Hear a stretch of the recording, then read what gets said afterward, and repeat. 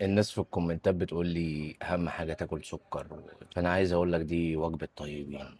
اتفرج كده: 3 توست مربى و3 جبنه كيري. طبعا الكميات بتختلف بقى حسب الشخص. المشكله الواحد فيه في خصله وسخه، لازم اكل 8 مش عارف ليه. بس بصراحه اكلت واحده من دي وانا بعمل الحاجه، وكلت واحده من دي.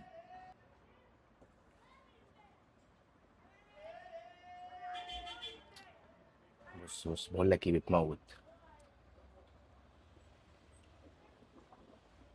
انسى اي كلام. ودي مربى ايه ها؟ اهي. تفكر ان انا بصور لك بس؟ لا، انا باكل. وعندي كمان عسل نحل وموز. بس كل حاجه ليها وجبتها، فاهمني؟ بتموت. انا عارف ان في ناس عندها حرقان، ممكن تجيب لك مرهم. كلمك جد، هات لك مرهم وحاول ايه تهدي الدنيا.